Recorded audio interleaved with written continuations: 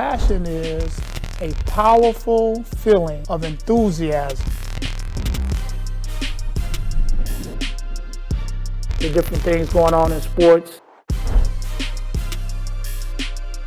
Anything popping in the DFW. Comes on every Monday night, 7 p.m. Hi, and welcome to the Passion Project. I'm your host, Coach Richard Bacon. And you know I only bring special people on this show. I have another special person over here. She's smiling at me. When I talk about way back, we go way back. And I want to, I like giving people their flowers beforehand, and so I want to give her hers because I'm so proud of her. I think she knows, but she doesn't know how proud I am of what she's been able to accomplish. So at this time, I'm going to let my guest introduce herself and tell you a little bit about her. My name is Carlisa Dixon. I am originally from Dallas, Texas, South Dallas, that is. I am currently the Assistant Athletic Director of Humble ISD, which is in the Houston area. I started off as a middle school coach at Workman Junior High in Arlington. From there, I was a JV coach at North Crowley and varsity assistant at North Crowley. From there, I got my first head coaching job at Eastern Hills, Eastside High in Fort Worth. After that, I was the head coach at Garland Lakeview Centennial. After that, I was at my alma mater, the Lincoln High School, the head coach there. I went on to be the head coach at John Tyler High School, and then my final coaching stop was at Summer Creek High School, which is in Houston, where I am currently the Assistant Athletic Director. I'm also a proud mom of two amazing children, Elena, AJ, who is 18, and Aaron, we call him Deuce, he is 9 years old. So. All right, I heard you mention that you were born and raised in sunny South Dallas. Yes, actually born in Chicago, but from South Dallas. But really, you've been in Dallas way much longer than you have Chicago, right? Absolutely. We moved here when I was 6 months old, so yeah. so I am from South Dallas, yes. Gotcha. Tell me about these early days. What was the little Carlisa doing before she became this big-time administrator and all that stuff? Take us through the young days. Oh man, the young Carlisa has always been very active. I've always been into everything. My mom raised us to be very well-rounded. Acting classes every summer. I was always part of the Dallas Children's Theater right there off of Oakland in Turtle Creek. That was every summer. That was mandatory. I did acting classes. I took ballet and tap ever since I was 3 years old. So the arts was actually my first love. Your mom was getting you ready. Oh, yeah, and I didn't even know. I did not even know, but she definitely prepared me and had me into everything. So for me, I think just being an artsy kid is who I was. I wrote a child's book before. What? Oh, yeah, I've done, when I was little, I was into doing a lot of things. So the younger Carlisa was very artsy. I can say that for sure. In drill team, girly stuff like that. So, yes. You want to keep it girly. Yeah, absolutely. Have to. Okay, so I think we mentioned this already, but you attended Lincoln High School, and you were in the arts, but you also was in the athletics. Right. Was it anything? Now, what I know of is your basketball prowess. Is it anything else athletically that you participate in, like volleyball, track, anything? So I definitely played volleyball for sure, but basketball has always been my priority. That's been my number one. That's been my go-to ever since I was 6th grade is when I started playing. Okay. Up until then, like I said, I was into dance and arts. That's all I did. But once my brother started playing seriously, I think that's kind of when I just took more of an interest in it. And 6th grade is when I started playing, like, for real basketball. And how much difference in age are you and your brother? 5 years. Okay, so that was right about the right time in South Dallas to be in the basketball. Absolutely, and I think that's what actually drove my love for the game. It's just seeing, first of all, my brother and that team playing and how much they played with passion and just a dog in them. And, like, that's kind of what fed my fuel, And it kind of just made me really want to be a part of something like that. Well, your mother is special without the accolades that I'm about to say. But, man, how many households have 2 children and both of them are state champions? Yeah, I don't think too many people can say that. I don't think they can. We made it to the playoffs my senior year, but my junior year, you won the state. That it's definitely a special household to grow up in because the expectations are not just being successful athletes, but to be successful people. But being egged on by our mom to always give 100%, that was the result of it. She has 2 state champions in her household. Wow. Tell you what, she is a special woman. Always have and always will be. One of my all-time favorite moms of a player to have ever coached. Yeah. And I think she knows I feel that way about her too. Yeah, no, she's special. Especially growing up back then, I think everybody at the school, especially on the basketball team, that was Mama Dixon. So yes. everybody referred to her as Mama Dixon, but she was very hard on us, for sure. Speaking of the state championship, tell me about, I wasn't there to enjoy it with you guys. I was there for your brothers, but I wasn't there for yours. Mm-hmm. I had moved on. But take me through that season. What was our record? Who did you have to beat? Could it have turned out different? I mean, what? Tell me about that season. Well, I will tell you that nobody in the state of Texas beat us. The whole season? You were undefeated? We were undefeted. We were undefeated state champs, and I don't think anybody at Lincoln can say that. I'm sure some people at Lincoln got some state championships, but I don't think nobody, except for the 40-0 team who came and did it after we did it. Right. So the first undefeated team at Lincoln was my senior state team. What year was that? That was 1999.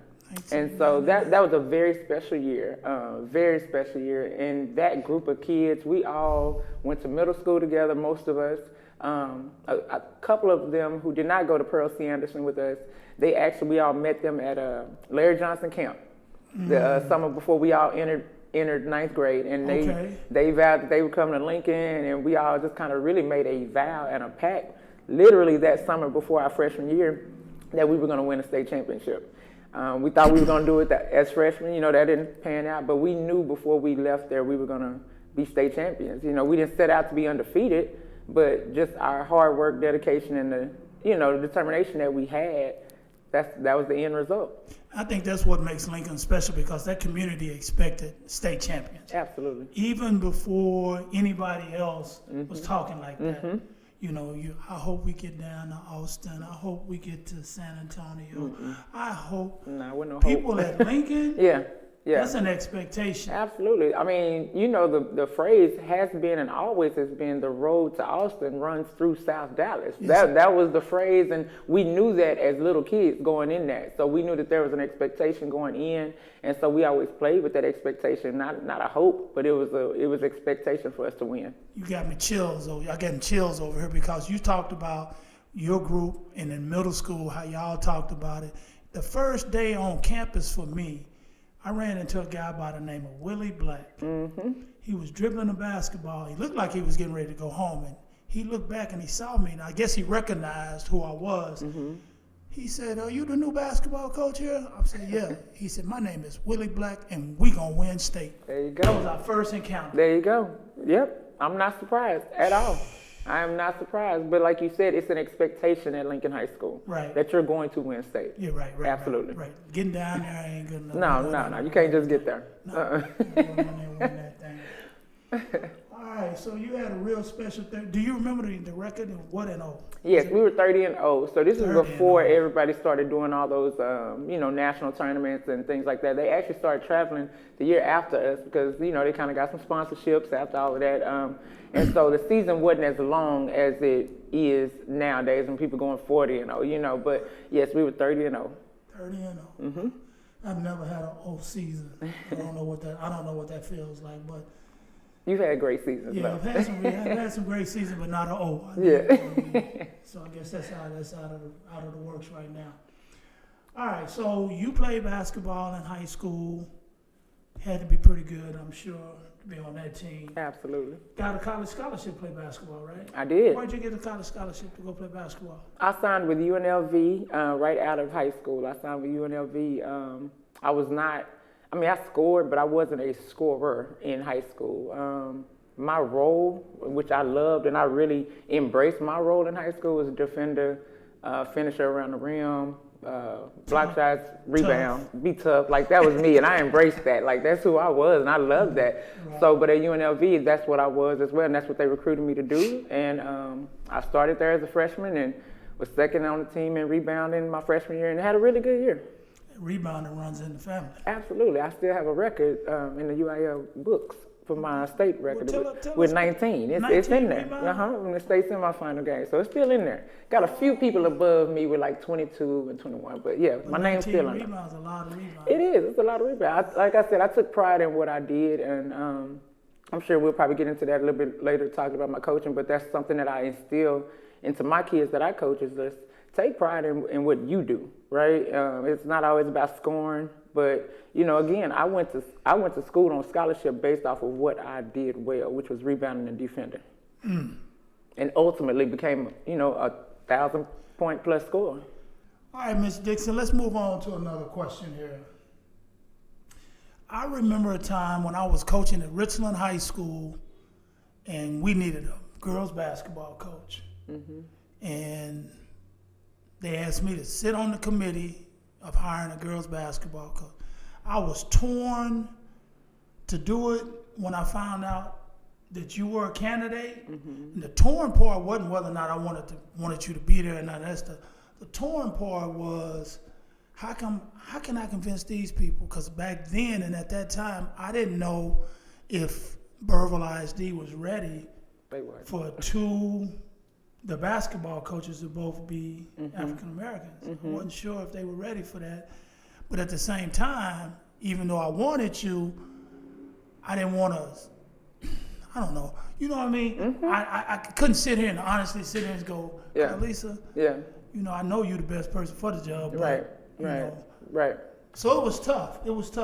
But I did enjoy because I asked you a tough question and you gave me a real tough answer back. And you probably don't remember I asked you about gym time. You said, Coach, I said, how you be about sharing the gym or something like that? And you were like, but Coach, I have a program too. It ain't just boys. It's like, okay, that's the answer people need to hear. They don't sometimes want to hear. They don't want to hear. And I've been talking about this for a while since playoffs started. Well, since the NCAA tournament started. And I don't know. Let me ask your take on this. Okay. How do you feel about the way people coach superstars? Like, to me, today, everybody is too afraid to tell the superstar what they really need to hear. Whereas when back in the day when you were playing, you might have been the best player on the team, but the coach seemed to be on you the hardest, right? Yeah, absolutely. When did we lose that? I think you lose it because coaches are afraid of losing their players, right? I think in those days, y'all weren't afraid to lose us because you knew it was next man up. You want to leave? Bye. right? And then too, we didn't really have nowhere else to go either. We could talk about leaving, but we wasn't going nowhere. But you were right where you wanted to be. You were right there where you wanted to be. And so I think now it's so much movement and so many options to just up and leave. Coaches are afraid to kind of hold their star players accountable, but you can't be afraid of that. And not if you want to get the best out of somebody. And I think it's even in the NBA now because there are execs in the front office that are telling you can't tell him he has to have this. Okay, I get all of that. Yeah. Because I don't think everybody was created equal. Right. No, they weren't. So let's be fair about it. You got more talent, you get to do more things. I get that. But at the same time, you can't sit back and complain about he holds the ball too long or he takes bad shots. Right. When are y'all gonna tell him that? When are you gonna tell him? When are you gonna hold him accountable for it? Yeah. And that has I'm accountability. I'm not on this island by myself. You are not. You are not. You are not. Somebody's. People. They talk about Luka a lot, and they ask me, "Do you like Luka?" Yeah, I like Luka. Y'all are mad because y'all say he hold the ball too long, he do this too much, he do that. Y'all are really mad at the people that's not telling him. Yeah, that because that's he's what's going allowed on. to do it. Right. Yeah, he's allowed to do it. If he had a coach that say get up off the ball, he got to get up off the ball. It's simple. Just think about this. They talk about he whining, crying, complaining about the fish ate. The game that he did that in, and everybody complained. The next game he said nothing. Yeah, he didn't say Why? anything. Because somebody told him. That's right. Yeah. Somebody told him. Yeah, all you gotta do is tell them. But that's a lost art in coaching now, the accountability piece. It is. I'm like, man, please, somebody just tell the superstars sometimes the things that they don't want to hear. Yeah, but they need to hear. That they need to Right, hear. absolutely. Because they're superstars and they want to be coached. Right. They really do. Right. And I found that out when I was coaching in the ABA, and I had a couple of guys who had played in the NBA, Oliver Miller, Jimmy King, Fab Five guy. And the first thing, Jimmy, I'll never forget it, because Jimmy and I had a relationship back in the day when he used to come up to Lincoln and play open gym and all that stuff. And then our teams competed against Plano East when he was in high school.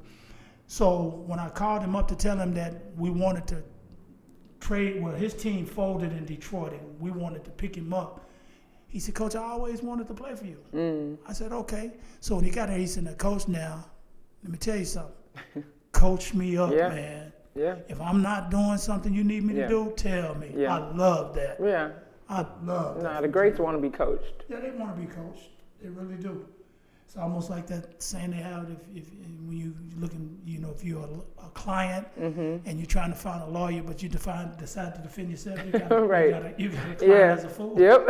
Yep, that's exactly what it is. Nobody, the superstars need help too. They do. Okay, so anyway, I had that interview with you, but I never talked to you because at that time, I didn't realize how ingrained you were in coaching. So now, 50 years later, I want to know, what was it that got you into coaching? Do you remember? I do remember. I know exactly what it is. Okay. So I was playing basketball professionally in Sweden. Okay. I played there after I graduated from Wichita State. Had a very successful career there. And never had a serious injury before until I was in Sweden. Was averaging 30 and 20 over there. On the verge of getting WNBA looks. It was a great experience. And then I went down. That was right toward the beginning of the WNBA. Yes. Oh my gosh. Yeah. And I remember distinctly being talked about with Detroit. I remember that, but had a ACL injury and ended up coming home to get my surgery done. And I remember the day of my surgery, I was getting ready to be wheeled in. The anesthesia guy comes in, the nurse comes in and says, hold on, let's wait a minute. He leaves and the doctor comes back and says, well, hey, we're going to have to put this on hold for a year. And I'm like, okay, what's going on? Come to find out that me and my husband at the time were pregnant with my baby girl. And I was like, wait a minute.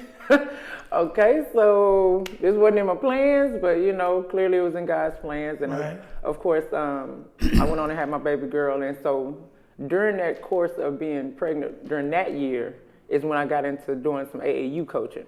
And so once I got into that, when I had my baby girl, it was like, I really don't want to take her back. And I fell in love with coaching during that time. I fell in love with just pouring into young people what was poured into me. That's the part that I fell in love with. And I knew at that moment I didn't want to go back and play. I didn't. And I remember always praying to God that, hey, I want to play basketball. I want to do this for the rest of my life. But I knew, and when I got hurt, I'm just like, why would he, allow me to get hurt? And I'm having a 30 and 20 season. Like, why now? Right. But I saw it as a calling, really. I knew that I always wanted to play basketball, but God knew that this is his way of keeping me connected in basketball, not just through playing, but through coaching and being able to share what I already know and what I experienced with other young people. And once I got into it, I just fell in love. And I started thinking back about why did coaches get into this? Why do they do this? I looked at people like yourself. I looked at people like Coach Inslee, my coach in high school. And I looked at y'all because I saw, and you don't even realize this, but when I was a little girl watching you guys, and like I said, that passion that you had your team, that dog that you had your team playing with, it was number one, the respect and the admiration that I saw as a young kid that them players had for you and that I had from my coach. And so for me, it was like, I want that. I want to have that type of influence in a kid's life. And so the way that I saw them, them boys, you know, a lot of them boys didn't have fathers. And so for them boys to gravitate towards you through a game, you know, it's like, man, this game can really allow you to have a huge impact in somebody's life. And that's why I chose to do what I did and not go back and keep playing, but wanted to pursue being able to have that type of positive impact in some kids' life. So that's how I got into coaching. Excuse me. But it's kind of weird how sometimes our path are obviously they already set out there for us. Mm-hmm. But I heard a pastor say once, sometimes your journey is difficult by design. Man, ooh, I needed that word right now. Yes, is that tough? That's tough. That's tough, man. And that's true. By design. Oh, yeah. For the life of me, I couldn't figure out why he would allow me to get hurt at that moment. That's what I'm saying. Yeah, because I wouldn't have gone into coaching any other way. I know I wouldn't have. Like, I was in school. I graduated with a criminal justice degree to be an FBI agent. That was the path I thought I was going to have. So coaching wasn't even on the on the spectrum for me. So, right. But no, that's really true. That's so true what you just said. And now you can't get enough chalkboards to count the number of people you've touched. Yeah, absolutely. Yep. It had an impact on you. Yeah, yep. And I know you remember Coach J.D. Mayo. Oh, absolutely. From Skyline High School. Mm-hmm. I always give him credit. I always give credit when something I use was not derived by me. And he told me this one time. He said, never underestimate the impact you have on kids. Yeah. And they are always surprised. You wanted to come back and say, Coach, Coach, man, you were so tough on me. Yes. You know, we were working on putting together a reunion for the 90 state championship team. And so they built a thread and they included me in the thread. So I was reading all the different comments about stuff. And I heard, guys say certain things that I'm like, wow. Yeah. Still live by this today, Coach. Yeah. Yes, absolutely. So you got a lot of young ladies out there that still living by things. I do. I definitely have that. And it's crazy you even mention that because when I was at Lincoln, we created a creed. And I took that creed everywhere that I went with their permission because when I left there and went to John Tyler, I allowed them to create that creed. And I asked them, do y'all mind me taking this? So I took it wherever I went after that. And those girls, to this day, will recite a part of that creed. Like, Coach, I need this part of that creed right now. So it's a very rewarding career. Very rewarding. Well, you had to step on me because I had no idea about being a coach. And I've gave credit to this guy every time I talk about it. He was a baseball player, and he and I was taking some classes together in an educational block so that we could become teachers because I know I needed a teaching certificate when I got out of college, right? So Tom Rosati, he said, what are you going to do, man, if you don't make it to the NBA? I said, I don't know. Right. Straight up, I don't know. He said that the next best thing to playing it is coaching it. And that piqued my interest. So when I did my student teaching, I was working with a guy that I knew who was a coach. And back then it was BCI basketball. And the BCI Nationals and stuff was played in Phoenix where I went to college. And so he had a team, an 8th grade team that he would put in there. So I got a chance to start going to the practices. I got a chance to start watching the kids do this. I started seeing how I could impact them with, okay, you're not doing this. You should do it this way, this, that, and the other. And thus become Coach Bacon. And when he said it to me, after we talked a couple of times, Tom and I, Tom said, just think about it, man. They're going to call you Coach Bacon. Boy, that sounded so weird. Make you feel old first. Coach Bacon. Yeah. And now I introduce myself as Coach Bacon. Coach Bacon. I introduced this show as Coach Bacon. Yeah. No, I always be Coach Dixon, always. Even in administration, they call me Coach Dixon. I told them, I said, you know what? So people see me now and say, what name shall I say? Put Coach. That's right. I said, it changed years ago. My first name was Richard. It changed to Coach. I said, before my mom passed, her last 10 years of her life, I was Coach. She called me Coach. Hey, Coach. I said, hey, Mama. Hey, Coach.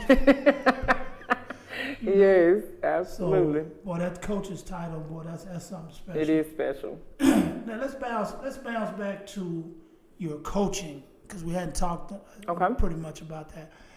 You took several teams to the Final Four. And let's not let that be lightly said. When you get to the last 4 teams in the state of Texas that starts out with like 128 in the playoffs, Yeah. and you one of the last 4 standing, Yeah. everybody wants to win it. Only one's going to win it. Right. Everybody, that the 127 other of us Right. are going to be Yeah. whatever At we home. are. But if you in that Final Four, Yeah. and I followed your career, but I don't know this, and I really asked this question for me. How many teams did you take to the Final Four or to the finals? So I took 3 different teams, All at the same school or different schools? 2 different schools. So 1 at Lincoln and then 2 at Summer Creek. But in that course, 8 years in a row, I was in the regionals. So we went to regionals 8 years in a row, where I went to regionals 8 years in a row. Yes, 8 years in a row for that.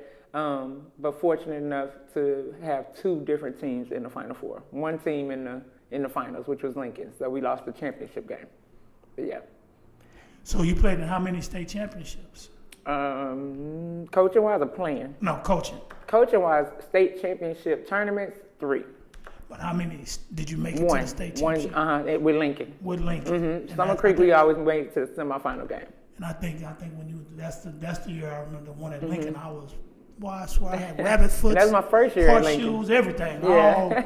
All fingers crossed, toes crossed, everything. That was a tough a game. dream come true. It was. First year at my alma mater, that was a dream come true. That was my dream job at the time. That definitely was my dream job. So just to be able to make it down there at that time with them was very special. And your state championship team is the only state championship, the team that you played on. No, they've won 2 more. Girls? Coach Inslee's won. He won 1 with us, and then he won 2 more. I didn't know that. Yeah, he won 2 more. So girls have 3 now, but we have the first and the only undefeated one. And they can't change that. They can't change that. Right. That's what I said. I think about one the other 90. thing. I think I do know. The last state championship team, they lost 1 game. So they went like 34-1. And so they try to say that they're the better team than us. I said, no. Ours has a 0 behind it. Y'all got that 1 loss, so that still counts for something. So Too many turnovers, missed too many free throws. Yeah, something happened. Something happened in that game. It had nothing to do with it. Okay, so you were coaching, you were impacting girls, you were changing lives, you were doing all these great things. And then you got a phone call. Man. Here's another phone call. Hardest phone call I've ever had in my life. Tell us about that phone call. So I'll be open and honest. I had an opportunity to come back home to take a job back here. And so I was kind of conflicted on, do I stay at Summer Creek or do I actually go back home and take this job, a really good job at that, to coach as well. And so in the midst of, being conflicted on which one I should do, I literally prayed about it and said, God, I just need you to show me what to do. Show me, make it plain where you want me to be. And that was my exact words. And not even 5 hours later, I get a phone call from my administration asking me to come in and speak with them. I thought they found out about me having another job opportunity. I thought they would be mad, possibly fire me. I didn't know what was going on because I didn't know. And so I get there and I had already applied for the assistant athletic director position once before, but I took my name out. Okay. I took my name out right before they started doing interviews because I told them, I said, you know what, I love impacting kids too much. I want to be here with the kids. And so they respected that, but they called me back and said, hey, we need you to come and interview. And I was like, well, I thought I already told y'all, But I remember asking God to make this plain on where you wanted me to be. And not sometimes, for me and how he works in my life, he makes it plain for me. He does. And so here I am praying about these other 2 things that do I stay at Summer Creek or go back home? And he puts this one in my face, without me even going for it. It was an unexpected call. And so for me, I had to heed that call. I had to go take the interview. I had to pray about it. And it was a God move. I know exactly what God told me to do. It's like, because for me, I always felt like I impact these kids so much right here at Summer Creek. I love what I'm doing, but how greater can your impact be now that you can impact the whole district? not just Summer Creek. Not just your Not just your, yeah. So now you have an opportunity as a young black woman to have a positive impact and influence on our entire district. We have 5 high schools and 10 middle schools. So now I'm touching the lives of all of those kids, plus all of those coaches. And it was just something that I had to do.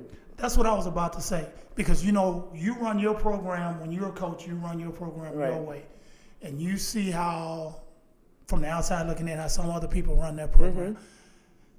Think about the impact now that you have on those 15 schools you just mentioned. Right, right. Yeah. Impacting the way you think things should be ran. Right. And you got control. Yeah, absolutely I do. And it ain't even so much about the word control more than influence, right? And so for me, it was just the opportunity to have a greater influence, and that's how I looked at it. Impact. Impact. Yeah. And I was not ready to stop coaching. I know I wasn't personally, but when you are a person of faith and you live by, if God said, you better do it, right? You got to do it. And I will say this: I don't know if you remember the conversation. I had an opportunity to have to be the head coach at Clarendon Junior College. Do you remember me calling you? Yes, I do remember and your words were, you don't take every job. You do not take every job. Because at that time, I really thought I was ready to be a college coach and this and that, but it was the money wasn't going to be right, but it was just an opportunity. And I remember hearing your words at that time, and even in the process of this job, because I didn't take any job, it was all setting me up for this job, So I don't think that I would be able to be in this position had I taken something like that, So your word, you never know how much your words actually live on in somebody, and those were something that has always rung true, and that I've actually given those words to other people now that I'm, influencing coaches now. Hey, you don't go for every job. Some jobs might be a career killer, and those are the words you use, career killer. And you told me to be careful, and be selective. And that's what I was in making this move. And it was absolutely the correct move for me. And that's why you keep getting all these calls, because you're talented. Yeah. And you have to understand that you can't just go anywhere. Right. So now, once again, I can give back to you, because you don't become an assistant athletic director of Omaha ISD. I don't get the chance to come down and talk to the basketball coaches. Right. That's true. You call me and say, hey, coach, I need you. And when I ever hear somebody that I love say, I need you, I'm coming through for you. You there, and you did, and I appreciate that. And you say, coach, I need you. I want you to come down and talk to my basketball coaches, all my high school coaches at a workshop. I said, tell me when. All I need to know. I was so excited. I came a day early. You did. And turned around and drove back home. Yeah. And then drove back the next day because I had come a day early. You did. You was excited. I was excited. I was so excited in there with them guys. Yeah. Being able to share. And then when you brought the middle school guys in, that made it even better. Well, and that's the impact that I was saying that I want to be able to have over more people now, because I did that from my coaches. I did that from my middle school coaches who were coming to me, but I only had 2 middle school and, coming to Summer Creek. And so for me, I always wanted to empower my coaches to make sure that they were getting the knowledge that they needed to prepare them for the season. But now that I'm over a whole district, it's like, okay, I need all these coaches to hear this, and how greater would that make our district? How greater would that make our kids and programs if everybody can get this knowledge? So I do appreciate you coming down and sharing that with all of our coaches. No problem at all. I still think about that because I've always been the recipient of someone speaking to coaches. And I have a story to tell too. Absolutely. And it's so wonderful to be thought of in that light, to give some of the information you have to others. I've been spending some time with a young man who moved here from Chicago. He's putting together some stuff for kids between the grades of 4th grade and 8th grade. And he and I meet, we've met twice, getting ready to meet again to kind of help impact what he's trying to get across. Because he's, and he's using sports as the vehicle to get this information out there. So I'm excited about it. I wasn't real sure what direction or what role he really needed me to play, but now it's kind of becoming more, I can see it better now. And I want to be a part of that because once you start impacting kids, you don't want to stop. You don't want to stop. You could be moving around. You say, man, he shot that layup wrong. Right. You want to say something. Right. Yeah. I mean, it's just having that small of an impact on somebody. Yeah. I had give another example of that. I had a lady on here. I had a show about moms who coach their daughters. And she's a volleyball coach, and she also could officiate volleyball games. I had a friend of mine who needed an extra official one day. I called her and said, hey, can you come work? And she came and worked. And she just got out of volleyball coaching, but she saw some 10-year-olds play. And she said, oh, I want to coach them girls. Oh, they're so good for 10 years old. I want to coach them. You know, so once you start this, you know, like I think somebody I told years ago, once you get in the kid business, first of all, it's very rewarding. Yes. Very rewarding. Yes, absolutely. Nobody told me how rewarding this stuff is. Yeah. You know, and some of us were fortunate enough to get more rewards than others. Absolutely. But it is definitely rewarding. It is. And I do want to add this to what we were just talking about as far as me moving from coaching to administration, and how I said that I'm a faith person because everything in my career was doing this. Coaching wise, everything was doing this during this time of transition when I got that call to come up to the admin. It shocked me. It shocked me. It shocked me. I had just came off 2 years in a row, back to back, coaching with the USA team.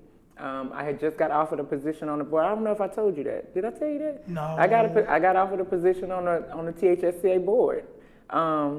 I've seen you in the commercials. And so I actually had accepted my position. I had already attended one meeting, and then when I got that call about admin, you know, of course, you can't be on the board as an admin, and then USA basketball, you have to be a current coach. So I literally had to give all of that up. And in doing so, I was just like, oh my gosh, my coaching career is doing this right now. Why would I give it up? But again, when God tells you to do something, you gotta, it has to be a non-negotiable, and you just go for it. And it's funny you bring that up because I remember seeing you from afar at the convention. You had just spoke, I think, and I said, I look like Alisa, and I said, Alisa, hey, I said, hey, congratulations, man, on you being able to speak down here at the convention and stuff.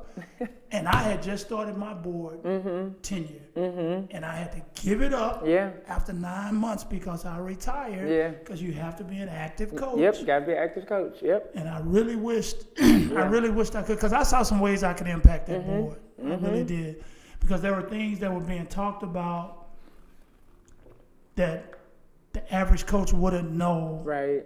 And now I'm in a position that I can have some impact on what they decide. Right. Yeah. Or I could take something and go bounce it off some coaches and get a feel for it, and then go back to the executive director and say, hey man, this is, I talked to 5 coaches and this is how they feel about it. No, it's a big time honor to be a part of that board. That board, especially African American. Absolutely. Boy. So that was a hard decision. I'm not gonna lie, that was a hard decision for me. Right. Yeah. Right. Good.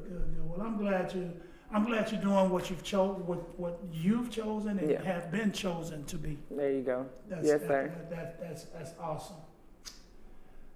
So, based on what you told me, because I had a question on there, like what kind of guided you to these things? You got that divine guidance. Yeah, I really do. You did get that divine guidance. I definitely did. I definitely did. About it and I really, you learn things as you get older. I've always been a church person. I've always been faith-filled, but as you grow older, you gotta realize you can't make decisions on your own. You really can't, because sometimes the decisions we make lead us down the wrong path. It lead us to a Clarendon type situation. Because it's another entity out there. They call the devil. It is. It really is. And it bothers me sometimes. I hear people say, how God let that happen? You forget it's another dude It's out another here. dude out there, and you have free will to which one you want to follow. Right, exactly. That is why every decision I make, I try. And I'm not going to say everyone, but everyone I try to make, I make it, I got to pray about it first. I really do, because there have been times that I've chosen that other way, and that don't always work out for you. So I gotta tell you this joke then. Okay, go on with it. So this guy, he had died, and they gave him a choice of whether or not he could go to heaven or he could go to hell. Okay. And they say, well, which one you want to go visit? He goes, well, let's take a visit to both. Which one you want to go visit first? He said, well, let me go down and visit hell. So he goes to hell, and he get down to hell, he see all these people he know, they partying, they having a Yeah, having a good time. Yeah, man, they just kicking it, man. They just, having much fun. So he said, all right, now let me go see what heaven's like. You go to heaven, it's kind of quiet, don't see a whole lot of people, He said, man, send me to hell. So he go to hell, right? Yeah. He get back down there the next day, everything's on fire.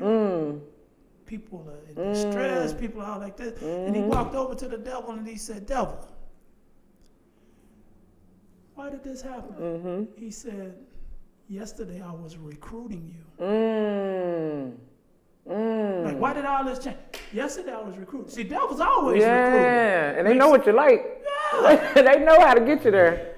So that's why that divine intervention. Boy. Yeah, no, it's real. Does that make sense now? That make a lot of sense. That make a lot of sense, I'm telling you. Yeah. This is one of my favorite jokes.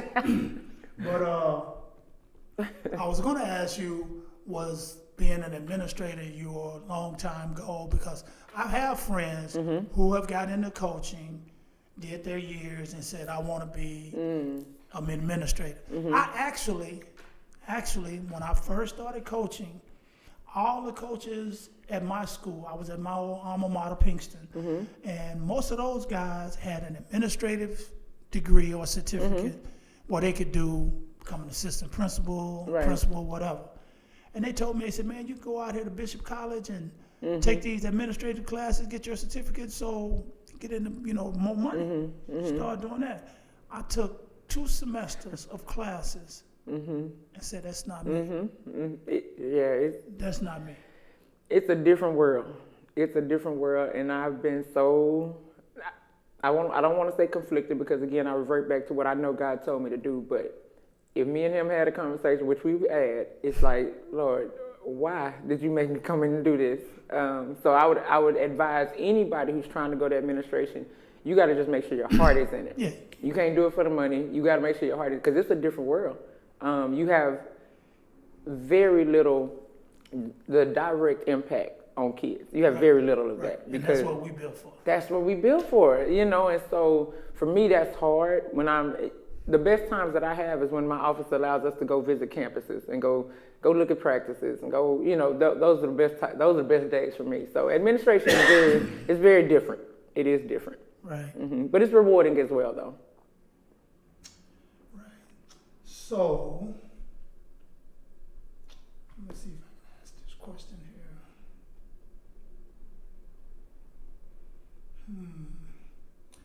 Tell me or share with the audience something about you that they would not know. It could be your family, it could be your kids, it could be whatever that you would like to share. Because this is your show. Something that they wouldn't know about me? Right. Oh, man. I always ask a little question that nobody's expecting. Yeah, I'm trying to think. What would somebody not know about me? Because I really am an open book. Pretty much, if you know me, you know me. But hidden talents are always something for me. Dance, like I said earlier on, ballet. I still do all of that. Even to this day, I still do ballet dancing, praise dancing at church. I can twirl a baton, yes, play the piano. We're a very musical family, though. Crowds of plays, and our dad is a preacher. So I am a preacher's kid, for whatever that's worth. Yeah, that might be something that people don't know, is that, we are preacher kids. I'm going to tell you something you probably didn't know, because I don't know if I told you, but I was so excited. I was fortunate enough to be selected to coach the McDonald's All-American game that was played in Houston in 2023. And you came to the celebration. Yep. When they had a dunk contest and all that. Absolutely. I wasn't going to miss it. And I saw this little kid get invited on the court to do some shooting. And I didn't recognize him from afar. But when I saw that mannerism and the way he was doing stuff, I said, that's got to be Carlisa's son. That was Deuce. Yeah, he got out there. He got out there. He did. And was competitive. He was. I mean, he had no choice, though. Yeah, oh no, He had it's no in his choice. DNA. You better be. Yeah, if you're gonna get out there, you better do something. Yeah, you said you wanted to play. Right. and you know what? I will say that this might be something else too. He's actually a baseball and rodeo kid. Basketball is just a hobby for him. Like he'll pick it up and play whenever he wants to, whenever he feel like it. So I'm really a baseball and rodeo mom. That's what people might not know. Have you seen them checks them rodeo guys get? Oh, absolutely. Absolutely. Now, he thought he at first he wanted to be a bull rider, and I exed that. We're not doing that. Like, we're not riding bulls. But he does take lessons to ride and rope. He's been doing that since he was 5. So he loves, that's his passion. Baseball and rodeo stuff, that's his passion. So I'm a baseball mom. I'm not even a basketball mom. I'm a baseball mom. Tell you what, so with kids, what I didn't want to do was be an overbearing parent, and I have 4. They all play sports, and I let all of them choose. Just think about it. I got the 2 older girls and Lil Rich. They all play basketball. And Adriana stopped playing basketball after the 7th grade. But she's got a college scholarship to go to Virginia State. That's right. In volleyball. That's right. So I was going to invest in whatever they invested in. Right. So you're part of the norm. Invest in what they want. It was tough at the beginning. I'm not gonna lie. 'Cause, yeah, of course. You know, we're a basketball family. You know, and his dad played ball at Wichita State. I played. I mean, so it's in him, and so it's not. Whenever he really does decide to play it seriously, he's gonna be great at it. But I had to back out because I was pushing him for basketball. But I said, you know what? He loves baseball, and I want him to do what he's passionate at doing. So. And I was the one that was not doing the pushing. It was more of Adriana's mom because she's a basketball loving person too. And so I figured it out, and I had to bring my wife in and tell her, I said, look, I asked her, did she want to play? She said, yeah. I got her a brand new basketball, and I told her I'll take her to the gym and we'll work out anytime she wants to. I said, that ball's still in that corner. That sounds like my daughter ball. That ball's still in that corner. Yeah. And she ain't never asked. And when I asked her, she said, oh, I'm tired. I got to do. I said, and just like any other kid played for me. Yeah, you don't want this on. I can't make it. I ain't wasting my time. You know what I mean? So I let her choose her own way and her own path. And I mean, this girl loves volleyball. Yeah. I mean, and we have no other volleyball players in the family. And it's funny because I was talking to Rochelle's about her kids and getting them involved in volleyball, and Rochelle, just like you, basketball. Yep. But let's figure out their own passion though. Yeah, right. Well, man, this has been great.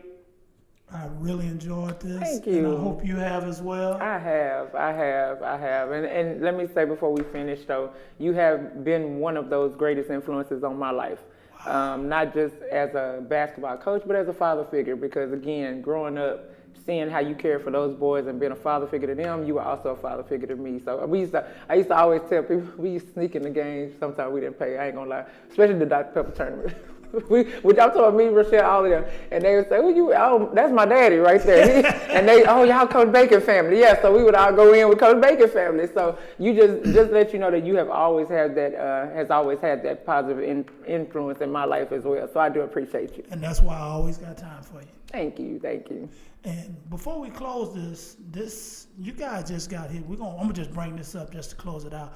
But you guys, you from Houston area, you guys got hit real hard with Burrow. Oh my gosh, yes. That hurricane came through that Mason. Yeah, it did. And that's the reason why you're in the studio today. That is the reason I'm here. No power at home. No power at all. Broken fence, roof shingles gone, just out here bad. But luckily I always have a home to come to here in Dallas. So yeah. And I hope and pray that by the time this airs on Monday, you're back in the comfort of your home. I hope so too. I do hope so. Thank you for that. I appreciate it. All right, girl. Give me a hug. All righty. Thank you. I love you. I love you too. Appreciate it. This has been The Passion Project. I'm your host, Coach Richard Bacon. My special guest today was Carlisa Dixon.